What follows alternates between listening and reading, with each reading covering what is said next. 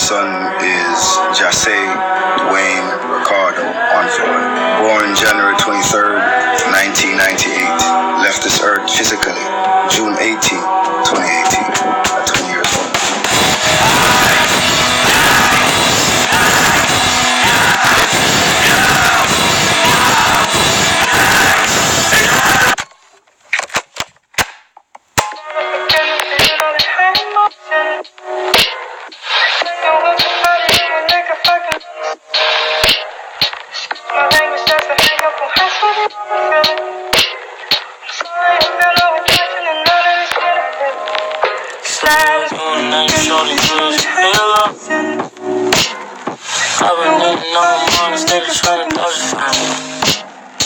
No Jumper, coolest podcast in the world. Today we're here with Xxxtentacion.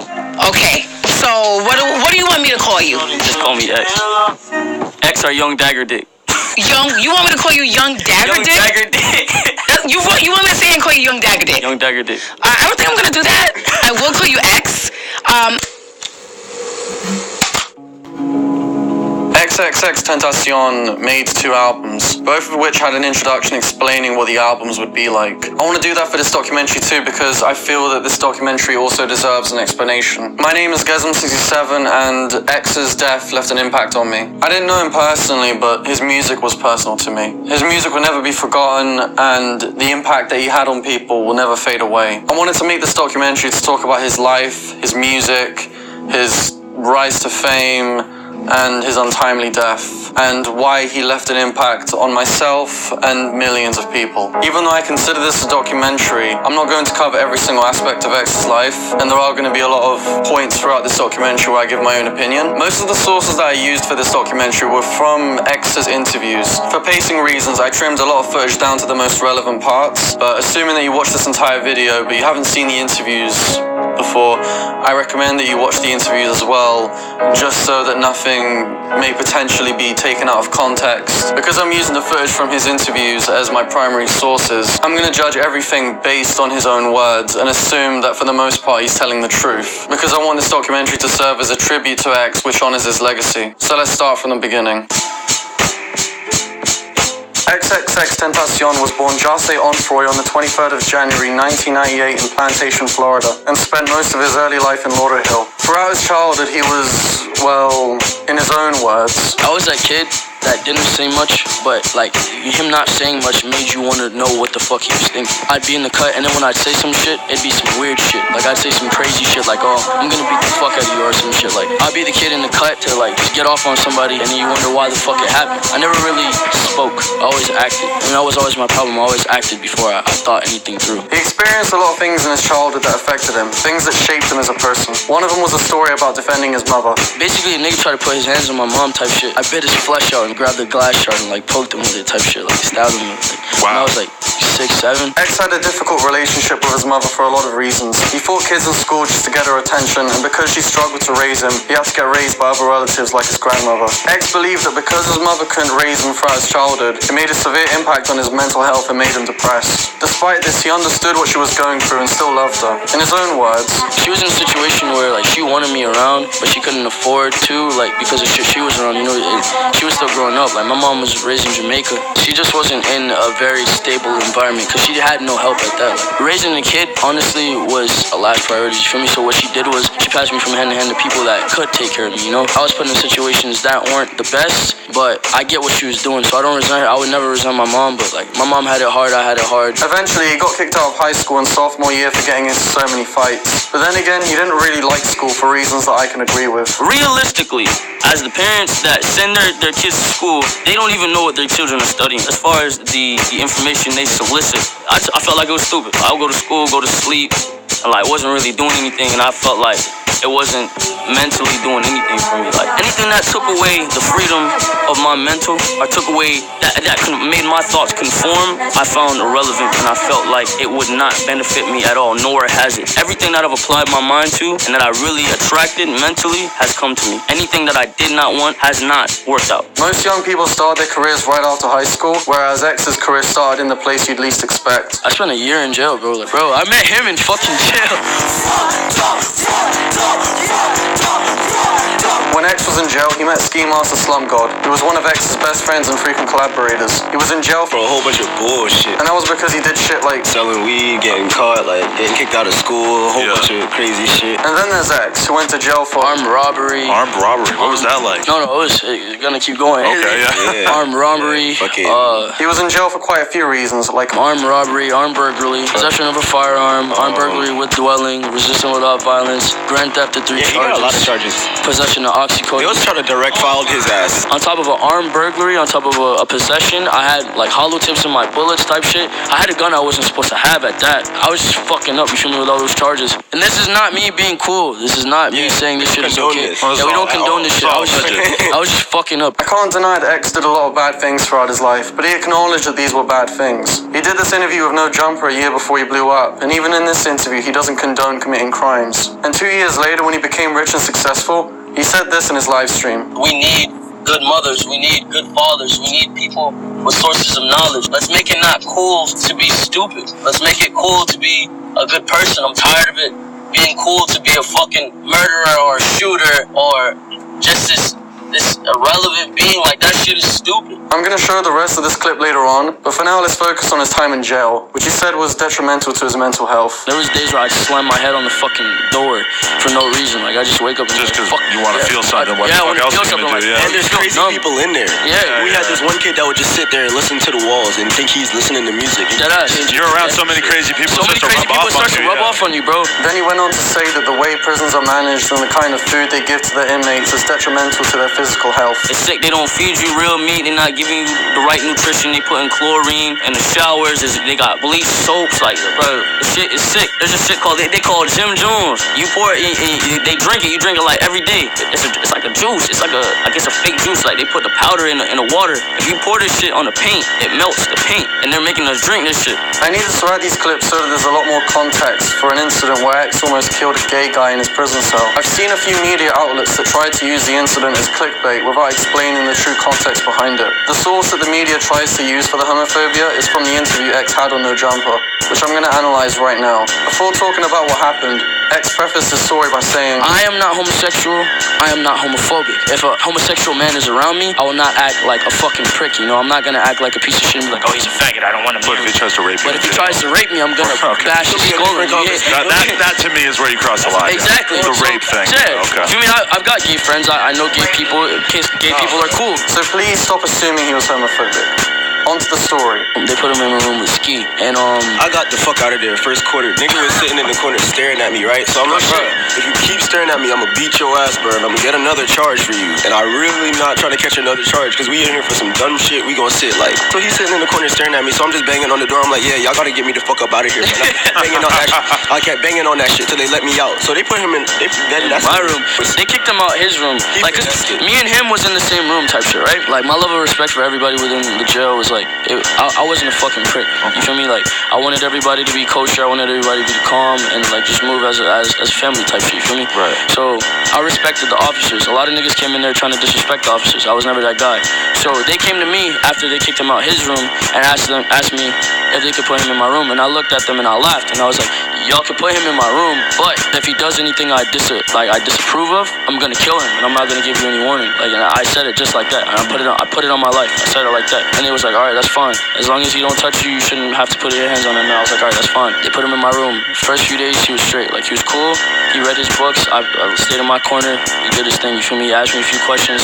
That was fine. Like I said, I'm not homophobic, so I would speak to him. Like, I would even help him when people would bully him type shit. One day, he was staring at me type shit. He was staring at me throughout the day. So I'm like, yo, I warned you. So I walked out the room to go take my shower, and I came back in. And I was trying to calm down, trying to be kosher. So I turn around and I see this nigga staring at me while I'm putting on my jumpsuit. You gotta be in a towel in front of the nigga. You have to get naked in front of your friends type shit. So that's why it's better to be in a room with your niggas you fuck with. You feel me? Because if you get a weirdo, it's uncomfortable. Yeah. So I go in the corner by the toilet type shit and tie on my jumpsuit, and I don't put it on all the way. I tie it around my waist, and I start beating his face, and I grabbed his face and I put it on the corner type shit, and I threw his head on the corner, and I just started stomping like his jaw in type shit. And then as soon as I did that, I remember like I just put his head on the corner and I started stomping on him. And long story short, I was gonna kill him type shit. Luckily, a guard came over and saw that I was standing over his bed, but he didn't see what I was doing, you feel me? They open it and they see that obviously because he screamed, they open it, they pull me off. So then I go out and I said, I told y'all. The thing was like, they respected that, you feel me? Because like, I told them what I was gonna do. They put me in a room with someone that made me uncomfortable. Well, not necessarily uncomfortable, but they put me in a room with a risk. You can argue that staring isn't a valid reason to almost kill someone, and I agree with that. However, there are aspects to the story that need to be taken into consideration. Firstly, the only reason why the gay cellmate shared a cell with X was because nobody felt comfortable with being in the same cell with him. So clearly the staring was a lot more uncomfortable than it should have been. Secondly, this was a prison. People go to prison for doing bad things. So there's a reason why the gay guy was in prison. I'm not going to assume why he was in prison, but he was there for a reason. Thirdly, X was naked and being stared at. The gay guy was transferred to different cells countless times. He's received hundreds of warnings, and despite all of this, he still didn't learn his lesson. Prison is an environment where people lose parts of their sanity and the inmates have done bad things in the past. So the way I see it, this was going to happen eventually. But just to be clear, I'm not condoning X's actions. I think X went way too far with the beating. Despite the warnings he gave, I still think X went too far. He said he smeared the gay guy's blood on his face because he felt some kind of psychotic rage. I think X should be held accountable for his actions, yet at the same time, the prisoner should have been transferred to a different prison or some kind of protective custody a lot sooner. This is complicated because I can't find another side of the story. You could argue that there are parts of the story that are fabricated or left out, but like I said before, I'm going by what X is saying unless there's an opposing argument from another witness. But regardless, I think it's time to change the subject and talk about what he will always be known for. Like a lot of musicians, X started making music because he saw it as a much better outlet for him. Literally, like when I was a kid, like I said, I was batshit fucking crazy. I would just fight way too much. I had problems with my mom. My dad wasn't around. I was just lost. Literally lost, numb, and usually like growing up, the kids always are like, oh, I want to be a firefighter. I want to be a president. I literally always was my answer. You can ask my mother. I never fucking knew. So amongst that, like just knowing I didn't know what the fuck I wanted to do, music started to present itself. Cause I think like people are probably like, oh, this nigga's typical. He probably listens to like Lil Wayne or like, and shouts out to Lil Wayne, all these great artists for me listens to that typical trap shit. But nah, bro, like I grew up listening to The Fray, 3 Days Grace, Papa Roach. Really? But yeah, bro, like I was weird. I listened to Blood on the Dance Floor, like Okay. yeah, I was fucking weird. But you bro. weren't into rap. You were just into sort of like screamo. That's where the versatility comes. Everything. Yeah, that's where the versatility comes with me because I would go from listening to that to Lil Wayne, to Tupac, to Biggie, to like different artists. You know, like I came up off like a lot of artists. Like I would go from all of that, like from rock to fucking rap to literally Japanese fucking instrumentals, like different Japanese songs. Like I was completely and utterly mesmerized by music. Because he listened to all kinds of music, he also made all kinds of music. I'll go from like melancholy indie sound of rock to like a very trap element or like a trap rock element. Then I'll go to like completely like some other shit, like some jazz, like smoothly going shit. You feel me? Like I'll try and literally miss in as many aspects as I can. X didn't like school because it tried to force some kind of structure in him that he didn't feel comfortable with. He never wanted to be confined by anything, especially not of music. I strongly believe that anyone who listens to music would enjoy at least one of his songs because he made music that caters to so many different styles and genres. People create art for a lot of reasons. There is the aspect of money, but there's also the personal aspect where someone has a desire to create something. I'll even say that about myself. I wanted to make this film because I want to give myself the opportunity to learn more about X while making what I would consider to be my first serious video. As for X, he made music to express himself, but also to connect with others. I mean, I do this for the bond and obviously the attention because I need the attention. I need it to mold me as a person, and I fucking love music, you feel me? X was a very self-conscious person that felt uncomfortable with his appearance. So when he was asked, Does music give you confidence? he said, Music has saved my life. the interview he did on No Jumper was recorded a year before he blew up, and yet even back then, X still had what was considered a cult fan base. There are a lot of rappers that gain a cult fan base. It's even more unusual when a rapper who isn't even that famous gains the kind of fan base that's so attached to them. It was through SoundCloud and social networking that he gained his following. Social networking was always a forte for me. I always knew how to social network, I always knew how to publicize things, I always knew how to be a fucking idiot enough to where people would see it. Just getting a little ignorant on social media. Getting a little ignorant on social media because no one else would do it. He he released a song called Look At Me, which was his breakout single. It's a very unique track in the way that it has this distorted sound to it. It sounded unpolished, which was X's intention. It's raw and it don't sound like anybody else. And if it don't sound like anybody else, then it sound like me. The thing that made the song so special was that it was so different compared to a lot of rap songs that become successful. And the intentions that X had for the song are really admirable. The niggas at the top of the industry right now, everybody's trying to sound like it. Every single person that jumps into music, they're like, all right, how can I sound like this? This is the sound I want, you know what I'm saying? I came out literally trying to change that. The song was already successful in its own right, but the thing that made the song blow up was when Drake released a song called KMT, which had a really similar flow to Look At Me. I've listened to Drake's response and he was talking about X as if he never heard of him before, but in comparison between his side of the story and X's, I think Drake was lying. Drake hit up a DJ that I fuck with, and bruh told me, he was like, yo, the nigga Drake watched your interview, he said he fuck with you, and he fuck with your partner Ski Mask. He's like, yo, he said he go call your manager within the next few days. So I'm amped up, nigga, I fuck with Drake. Yeah. You feel me? Drake a genius. Yeah. You know what I'm saying? Despite me disrespecting him as a man, because I can't respect him as a man, respect that nigga career. Corporately, that nigga is the GOAT, and I knew what I was doing when I said what I said, and I knew how to approach him, because I know where he can't beat me at. Initially, he was supposed to contact one of my managers, so he doesn't do it. That same fucking week, bro, I go on to, well, I can't go on to it obviously because I'm locked up. Yeah. I'm on the securest phone, you feel me? So you in jail, he's supposed to contact your manager, and then... He dropped the fucking video previewing that shit in Amsterdam with some nigga from the UK. I was on the phone with my dog Chris. He was like, yo, you gotta listen to this shit. This nigga Drake a fault nigga. That's exactly what he said. So he plays this shit. I hear him I'm like, what the fuck? As soon as it started, like I knew he was getting that. Like they did a mashup. They put his verse on my song. The cadence is literally just at the same tempo. It's not offbeat at all. That's a bitch move. Especially when I was in jail facing life. If Drake would have came to my barn hearing, then that would have made my fucking day. If he would have showed that he's a hospitable person and that he's really in this shit for the culture, rather than being a fuck nigga taking my shit, running off with it, and then putting it on his album, then he would have got my kudos, he would have got my respect. I would have let him hop on the remix, take 100% royalty rate. X's career was a very short yet impactful one. He was part of XXX's 2017 freshman class, the kind of thing that a lot of aspiring rappers can only dream of appearing on. So when they asked him why he thought he was chosen as one of the freshmen for 2017, he said, because if y'all didn't respect the culture this year. And it's about the artistry. So being on the front of a magazine doesn't mean a fuck thing to me, to be honest. I mean, it's gonna be cool for my mom. My mom likes that type of shit. But I'm about it for the culture. I'm not gonna talk about every single detail of his career, because I feel like the less I say, the more people will wonder. or in this case, they will try to find out themselves. If you're already a fan of X, I'm just telling you things you already know in a cinematic and hopefully entertaining way. And if you don't listen to his music, I suggest you listen to both of his albums, because I wanted to make this film in a way that's as close to X's perspective as possible while giving my own opinions. He was a rapper who could have had a long, successful career, who could have developed as an artist and do things that should have been featured in this documentary. Sadly, that's never going to happen, because on the 18th of June, he was...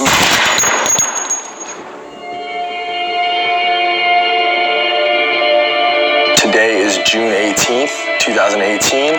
Unfortunately, in light of what's happened today, Xxxtentacion passed away today. Two men in a dark-colored SUV shot him and then fled the scene. I do everything with my own motive, you know? And I believe anybody that can live without motive is literally the most insane person there is. I believe the person who probably plots on murder or plots on doing crazy things is the least crazy, you know? I'm considered crazy, but I think I'm the least crazy, because the man who can just kill a man with no recollection or no thought to it, or just make a crazy decision with no plot behind it, is literally fucking crazy. But so you don't think you're crazy because you... Because everything comes with thought. Bro, I don't even know what to say right now.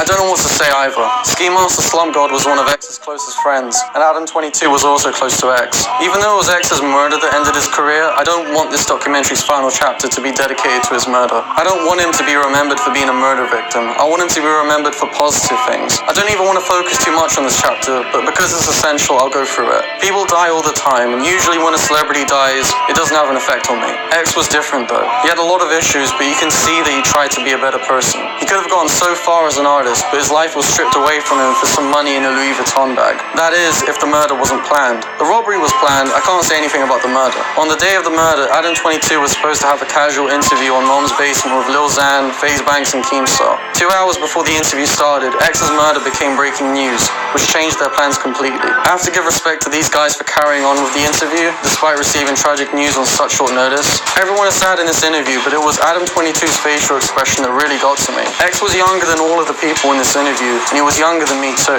I made a video 6 months ago called I Just Turned 21 because on my 21st birthday I reached 100 subscribers, and I ended the video with one of X's songs. X didn't even get the chance to live to 21. He got murdered at age 20. He was murdered by Dedrick D. Williams and Michael Boatwright. As of the release of this documentary, Robert Allen is considered a person of interest in the investigation, and the authorities are still searching for him. The only reason why these guys became relevant is because they murdered someone who was an icon to millions of people. That's all there needs to be said about them. But regardless, I've spoken too much about these guys, so let's get back to who's really important.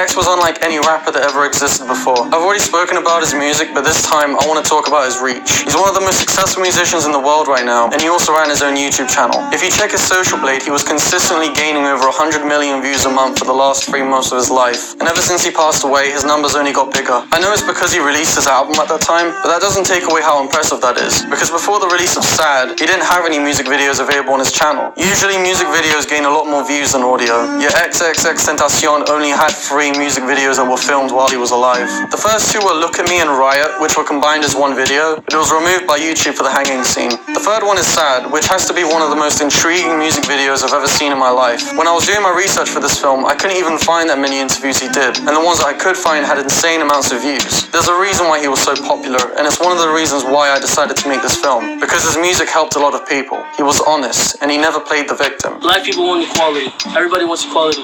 And then they try and make this black power make equality a whole different privilege. You cannot be privileged. There is no privilege in equality. If a fucking asshole comes and arrests you, and you think that cops are just all racist, cops violate everyone. If you were white, you were gonna be white. If you were black, you were gonna be black.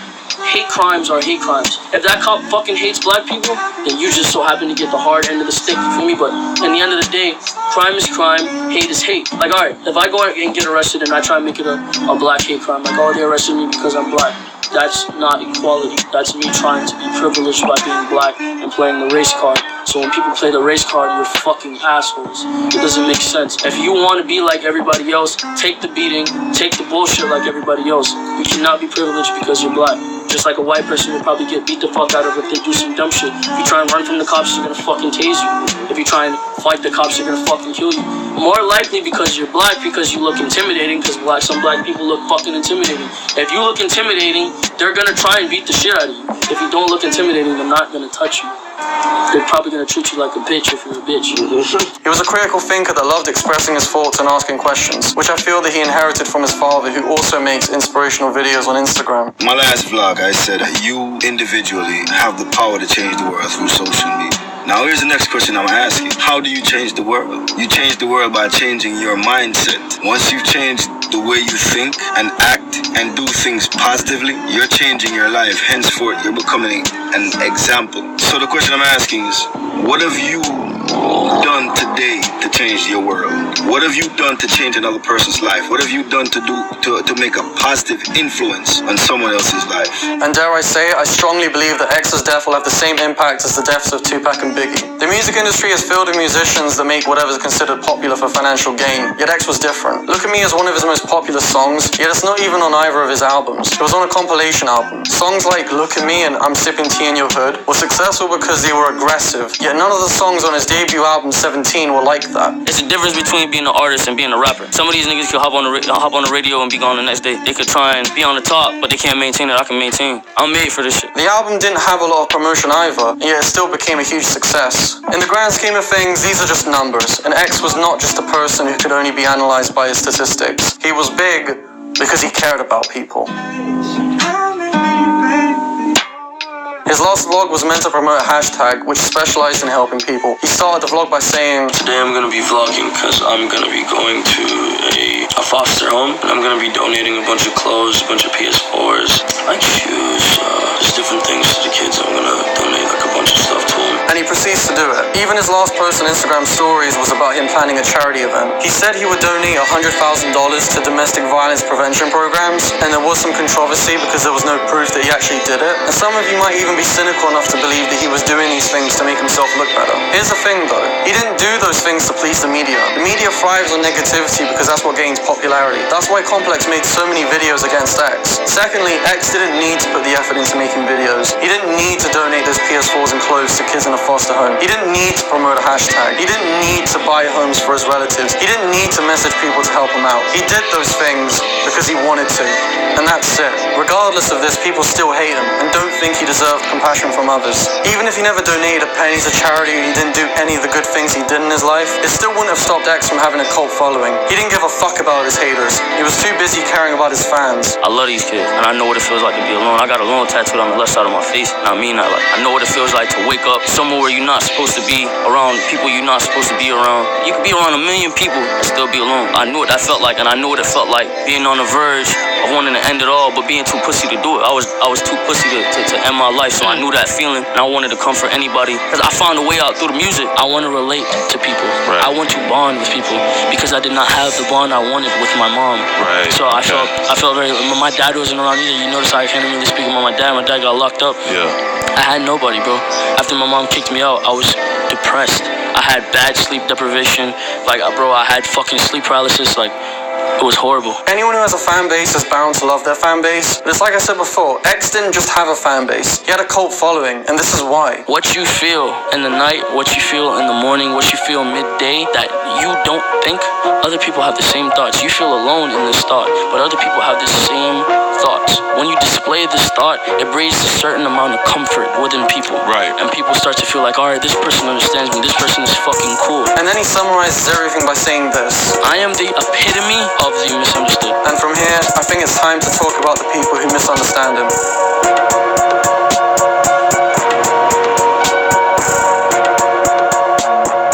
Calling someone a hater is pretty childish. Then again, I believe it's also childish to say he deserved to die because he's homophobic and beat up his pregnant girlfriend, which I'll get into later on in the video. The homophobia part is just ill-informed without any context. It's just clickbait that makes the person of discussion look bad. Even X's dad got that treatment, which shows you just how desperate websites are to gain more clicks. The biggest reason to hate on X would be regarding the assault case involving his ex-girlfriend Geneva. I'll give my views on the case in the next chapter, but for now I'm going to talk about her reaction to X's death.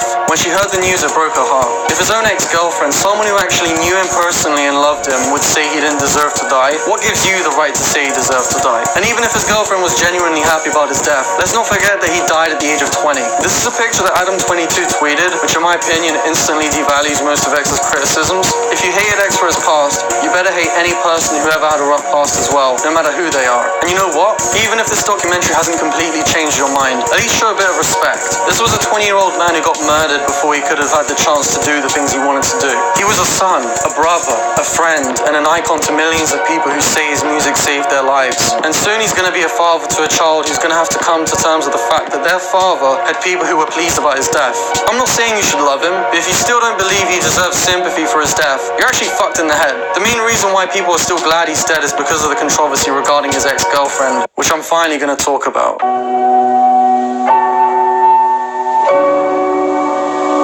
Before I say anything, I'm gonna play this clip. I spent 9 months in jail by myself because I fell in love with the wrong person. I tried to give them the world just due to the fact that obviously I must not have been enough. A lot of shit took place. Initially, the charges that were pending against me, they're not true. The fucked up part is not true. They had no evidence from the very beginning, so I was sitting on no evidence. Just due to the fact that I violated pretrial, which is ankle monitor, pretrial release, it made everything 10 times harder for me. And my ex knew that, and she fucked me over on purpose. Like, I always told her, like, yo, I can't get into no shit.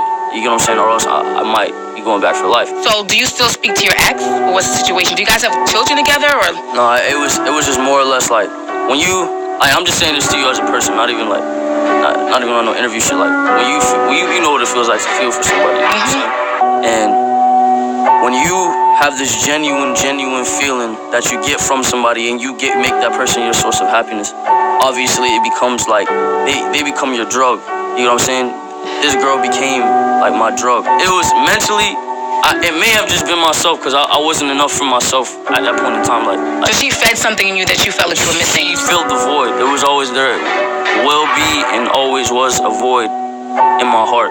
And it was just due to the fact that I didn't have my mom for a long amount of time. It's mainly because of the story that people have such a negative opinion on X. This is the hardest chapter to make because I can't give a response that won't offend anyone. Yet at the same time, I can't make a documentary about X without mentioning this. This documentary has been on X's side for the most part, but this time I'm not taking anyone's side. Because to be honest, I don't have a theory on what really happened. I I did say in the prologue that I would judge things based on what he said and assume that they're true, but because there's an opposing opinion and the fact that this is such a sensitive topic, that I'm only going to say one thing. His ex-girlfriend changed her name on Instagram to Liar, and it's believed that she changed her name to Liar because she was lying about being pregnant. She hasn't provided any new information regarding the abuse case, so I'm not going to assume what happened. And regardless of what really happened, it doesn't change how this chapter is supposed to end. His girlfriend has already stated that she's heartbroken over his death. You can make the argument that victims of abusive relationships feel an attachment to their abusers when they pass away, but even if that's true in this case, does it make her sympathy towards him unjustified? It's her personal life that just happens to be public information. That doesn't mean you should assume what her true opinions are and what really happened between her and X. There was a memorial the day after he died, and X's fans didn't even allow her to stay there. She said that X would have wanted her there, and I think she's right. She wanted to leave gifts, and they were burnt by X's fans.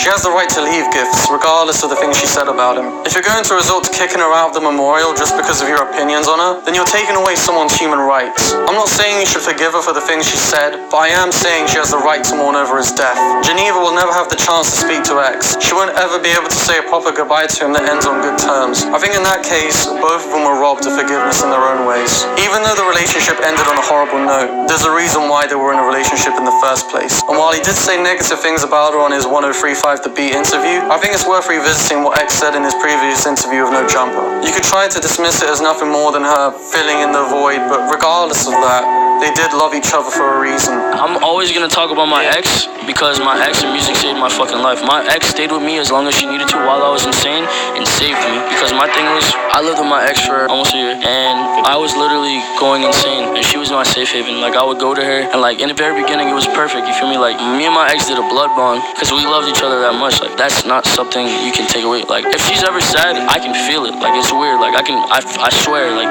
there's times where if she hits me up, I'll already know what she wants to tell me. She was everything for me, and she lied to me about some stupid shit, and then from there, like, I got insecure. I stopped trusting her, and afterwards, like, it just breeded a whole different madness. Ruined the relationship, huh? Not even, it ruined me. It breeded a whole different madness in my head to where I was like, I thought I wasn't enough, you know? I thought I wasn't shit. I was like, oh, you feel me? Like, what does the next nigga have that I don't have? She never cheated on me. She was a great girlfriend. If I was broke, I wasn't tall, I wasn't the strongest nigga. I didn't have much going besides my music. The way she loved me and the way she showed me love, I literally loved her so much that I wanted her to leave me alone.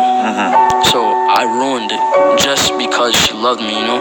And it's not, I regret a lot of decisions I make, but you always hold on. You're holding on to this one girl. Yeah. She stands out to you as well. Yeah, she said always anything she needs. She knows who. But what's your relationship with her like now? She hates my guts. She hates you. She hates my guts.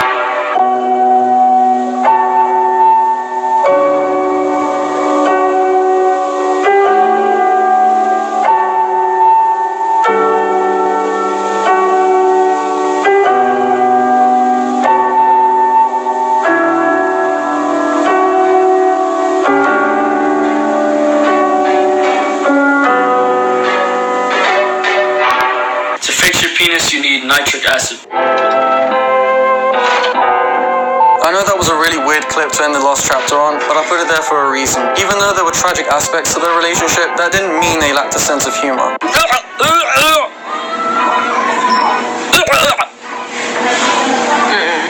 Life has its ups and downs, and just because a person had a rough life and lost at a young age doesn't mean their life was always down. I've always believed that whenever a person dies, and the friends and family of that person mourn over their death, the person who died would want to tell them that they would rather be remembered for the good times, and let the bad times be put to a side so that it's easier to come to terms with death. On the 21st of February 2018, X posted his final track on SoundCloud, titled Hope, as a tribute to the victims of the Stoneman Douglas High School shooting, and the song's description on SoundCloud are words to live by. Follow your dreams and know that even though you have lost, you have guardian angels watching over you day in and day out. The last thing they want is for their lives to be lost in vain. Make them proud. Live full, healthy, genius lives. Even though he died at such a young age, he was already open to giving his thoughts on life and death. 5 months before his murder, DJ Academics asked him, how does the story of Xxxtentacion end? And then X responded in the most interesting way possible by saying, I live as long as I possibly can so these kids can see as possible, and then boom, I die either of old age or somebody murder me or some shit. Fuck it. Like I said before, X was open to giving his thoughts on life and death. 10 days after he passed away, the music video for Sad was officially released, which is surreal because it begins with X walking towards his own coffin for his own funeral. In a weird way, the music video reminded me of something he said in an interview before. I believe in past lives and future lives. I believe in the karmic cycle. I believe you will repeat this life until you get it right. I believe until you align the karmic cycle,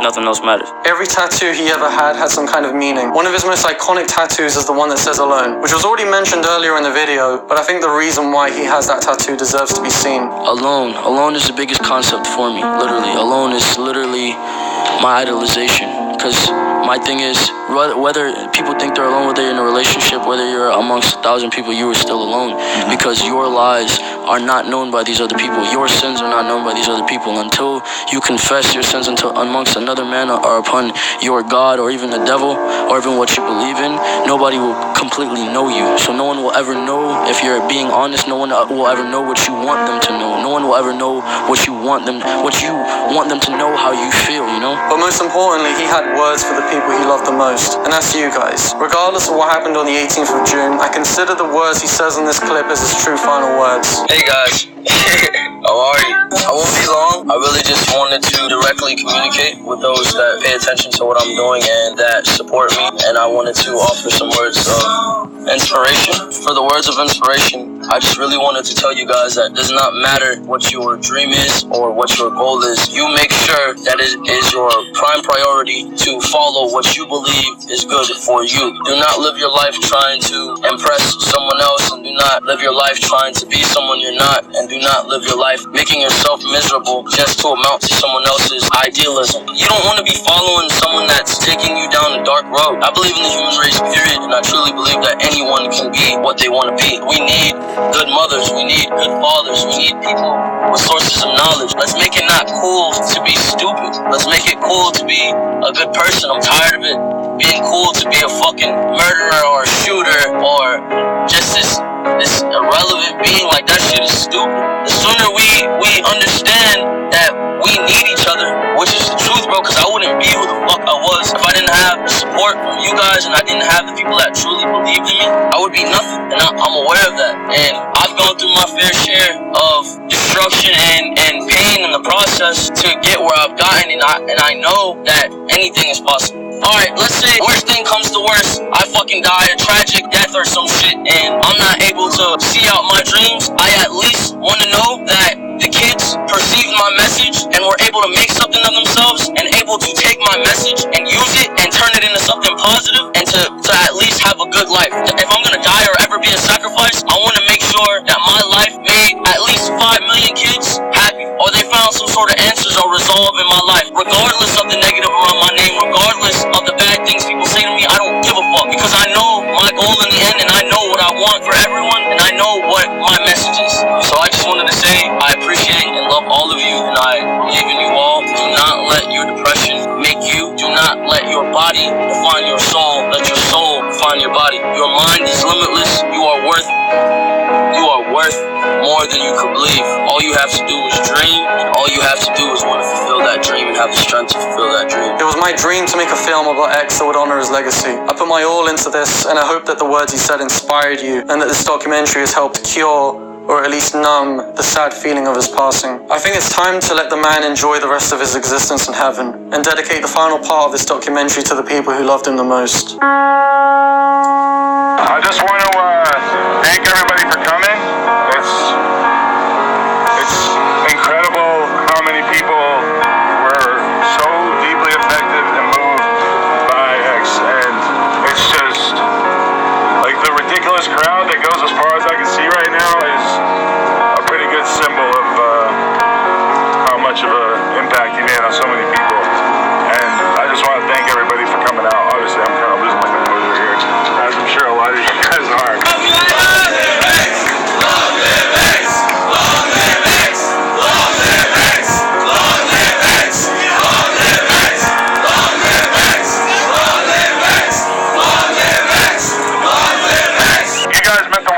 And in a weird way, when I met him, he kind of knew that something like this was going to happen, I guess. Like, he knew that it was going to affect the world, and he knew that he was going to, a lot of